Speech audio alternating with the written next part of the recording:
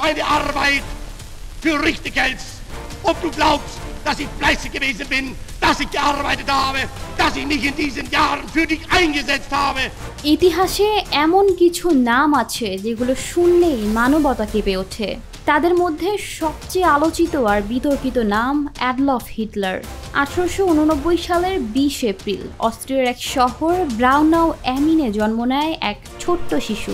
কে জানতো এই ছোট্ট শিশুটি যে একদিন ধ্বংস করবে 60 lakh ইহুদিকে? Russland, Bulgarien, Türkei, Irak, Arabien, Syrien, Palästina. তিনি ছিলেন জার্মানির ন্যাৎসি পার্টির নেতা। 1933 সালে তিনি জার্মানির চ্যান্সেলর হন, কিন্তু তার ক্ষমতা মানেই ছিল ভয়, হত্যা আর ধ্বংস। আধুনিক ইতিহাসে মানবতার সবচেয়ে কলঙ্কজনক অধ্যায় হিসেবে পরিচিত হিটলারের ন্যাৎসি বাহিনীর কনসেন্ট্রেশন ক্যাম্প, যেখানে জঘন্যতম মানব পরীক্ষা এবং নৃশংস হত্যাযজ্ঞ চালানো হয়েছিল ইহুদিদের ওপর।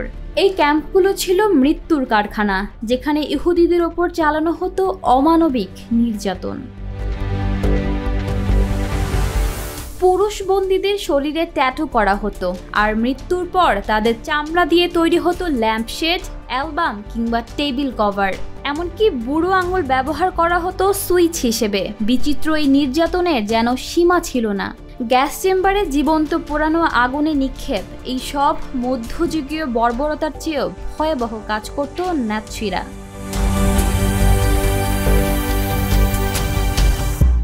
হিটলারের আদেশে প্রাণ হারাতে হয় প্রায় 60 লাখ ইহুদিকে, যা ইতিহাসে হলোকাস্ট নামে পরিচিত।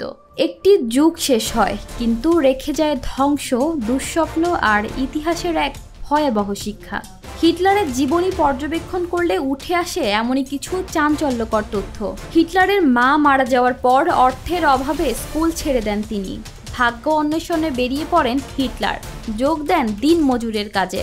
অনেকের মতে ভিয়েনাতে থাকার সময় হিটলারের মনে জেগে ওঠে ইহুদি বিদ্বেষ। তখন জার্মানের অধিকাংশ কলকারখানা, সংবাদপত্রের মালিক ছিলেন ইহুদিরা।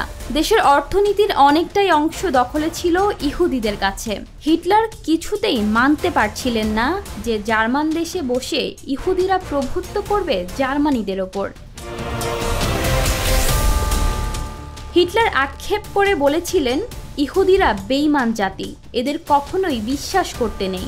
একদিন বিশ্ববাসী বুঝবে ইহুদিদের সম্পর্কে আমার সিদ্ধান্ত সঠিক ছিল কিনা। তবে এখানেই শেষ নয়। প্রায় 60 লক্ষ ইহুদি মারার পরেও সে বলেছিলেন, আমি চাইলে গোটা ইহুদি জাতিকেই মেরে ফেলতে পারতাম, কিন্তু কিছু ইহুদিদের বাঁচিয়ে রেখেছি যাতে করে পৃথিবী পরবর্তী প্রজন্ম জানতে পারে যে আমি কেন ইহুদি হত্যায় মেতেছিলাম। দ্বিতীয় বিশ্বযুদ্ধে জার্মানির নিশ্চিত পরাজয় বুঝতে পেরে 1945 সালের বার্লিনের একটি বাংকারে গুলি করে আত্মহত্যা করেছিলেন অ্যাডলফ হিটলার। দ্বিতীয় বিশ্বযুদ্ধ শেষ হওয়ার পর এমনই জেনে আসছে বিশ্ববাসী, কিন্তু একটি বইয়ে তাকে নিয়ে চমকে যাওয়ার মতো তথ্য দেওয়া হয়েছে। সেখানে দাবি করা হয়েছে, দ্বিতীয় বিশ্বযুদ্ধে হিটলারের পরাজয় হলে তিনি ব্রাজিলে পালিয়ে যান এবং ছদ্মবেশে একটি কৃষি ফার্মে কাজ করেন, কিন্তু শেষ রক্ষা আর হয়নি। কয়েক বছর পর তিনি ধরা পড়েন ইহুদিদের কাছে। ইহুদিরা তাকে মারার জন্য সব প্রস্তুতি শেষ করলো। মৃত্যুর পূর্বে তার শেষ ইচ্ছার কথা জানতে চাওয়া হলে সে মৃত্যুর পূর্বে ইহুদি ধর্ম গ্রহণ করার কথা বলেন। তার এমন কথা শুনে উপস্থিত সকল ইহুদি হেসে উঠল। তারা বলল, তুমি মনে করেছো ইহুদি ধর্ম গ্রহণ করলেই ইহুদিরা তোমায় মাফ করে দিবে? তা কখনোই হবে না। কয়েকজন কৌতূহলী জিজ্ঞেস করলেন, তোমার এই ইচ্ছে কেন হলো বলো তো? হিটলার নির্বিকার চিত্তে বলল, তোমরা যে আমায় ছাড়বে না এটা আমি নিশ্চিত, তাই মারা যাওয়ার আগে দেখে যেতে চাই আরেকটা ইহুদি মারা গেল। তবে এই ঘটনার সত্যতা পুরোপুরি নিশ্চিত হওয়া যায়নি। ইতিহাস যাই হোক, প্রশ্ন রয়ে গেছে, ইহুদিদের প্রতি কতটা ঘৃণা থাকলে মৃত্যুর আগেও আরেকটা ইহুদির মৃত্যু দেখতে চায়? হিটলার কেন ইহুদিদের এতটা ঘৃণা করত? এই প্রশ্নের উত্তর খোঁজা খুব একটা সহজ নয়। এই প্রশ্নের উত্তর নিয়ে গত 70 বছর ধরে গবেষণা চলছে।